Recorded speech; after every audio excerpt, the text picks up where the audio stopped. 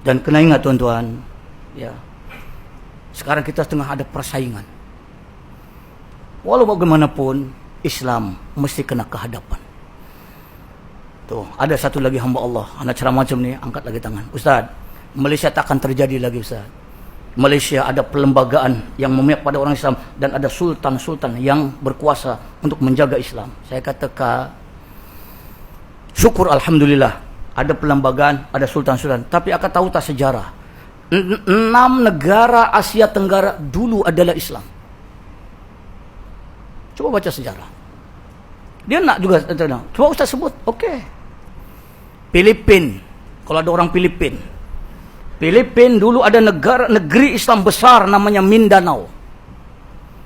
Ketika mana kerajaan pusatnya di bawah orang-orang Kristian. Tengok orang Mindanao sekarang jadi apa, tuan-tuan?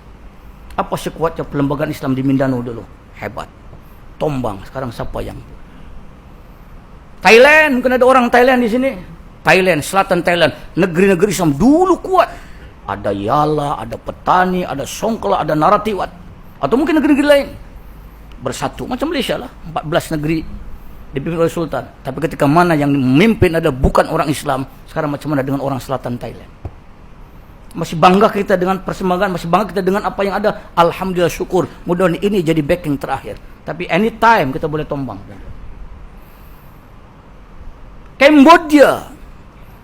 Tuan-tuan baca sejarah Cambodia 4 abad yang lalu. Ada kerajaan Islam besar namanya Champa. Tetapi ketika mana orang-orang Islamnya lena, tuan-tuan. Champa tersepit di tengah-tengah antara Cambodia dengan Vietnam. Sekarang bagaimana Islam di Champa? Tercampak, tuan-tuan. Perasaan tak, tuan-tuan, tiap tahun ustaz-ustaz kalau raya haji, mari korban. Pergi ke mana? Apa sih dulu hebatnya orang Champa, tuan-tuan? Mantap. Bahkan Islam datang ke Nusantara, datangnya dari sana. Sekarang apa jadi dengan saudara kita? Naik lagi satu. Tuan-tuan baca macam mana sejarah Myanmar, Burma dulu namanya. Ada 2 negeri besar di Burma dulu. Namanya Rakhine dengan Rohingya. Bagaimana saudara kita di Rakhine dengan Rohingya? Last, Singapura. Ada negeri Islam dulu namanya Temasek. Ketika mana British bawa pekerja Cina dengan India, sumbat. Sekarang bagaimana? Sultannya tercapak ke Melaka, meninggal di Melaka. Sekarang siapa yang pegang? Hanya tinggal 3 negara saja. Indonesia, Malaysia, Brunei. Kalau kita tidak berhati-hati, mungkin sejarah lama akan berulang kembali. Mari tuan-tuan, kalau betul apa yang kita buat adalah demi Islam, untuk Islam, insyaAllah Allah akan beri kita istiqomah.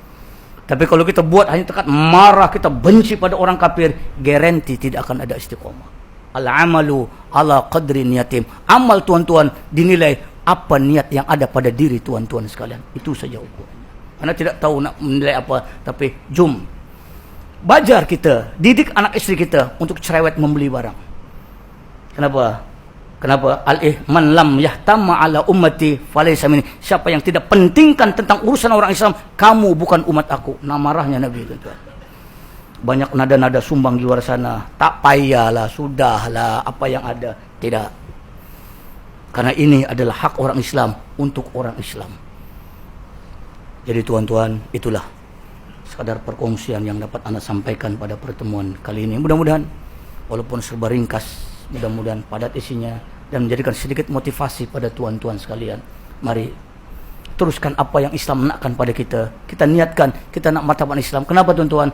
Karena sebulan, tuan-tuan, kalau beli barang 500 ringgit sebulan, tuan-tuan, beli barang dapur, maknanya duit orang Islam akan bergulir.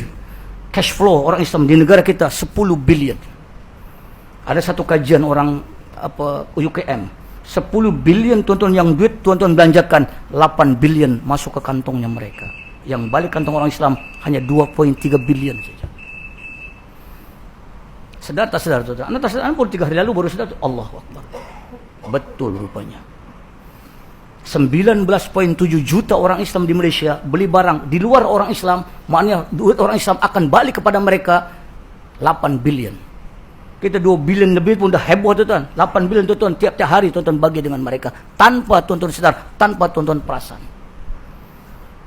Jadi kalau sekarang kita nak bermula, apa yang sekarang tengah bermula, teruskan. Kalau itu betul untuk Islam, untuk kekuatan kita orang Islam, insya Allah rahmat berkat akan diturunkan kepada kita. Kalau dia cakap, tak kisah, tak endah, tak apalah tuan-tuan, itu hak tuan-tuan. Tetapi Nabi sebut, malam yahtama bi amril muslimin falaysa minni. Siapa yang tidak pentingkan urusan sesama orang Islam, kamu bukan umat aku. Itu gambaran kita. Terpulanglah pada tuan-tuan. Pilihan ada di tangan kita. Niat pada diri kita masing-masing. Al-amalu ala qadri niyatim. Amal tuan-tuan dinilai Allah apa nawaitu kita. Semuanya urusan pribadi. Tapi anak ini motivasi, ini Islam, ini orang Islam, ini langkah Islam. Allahu a'lam.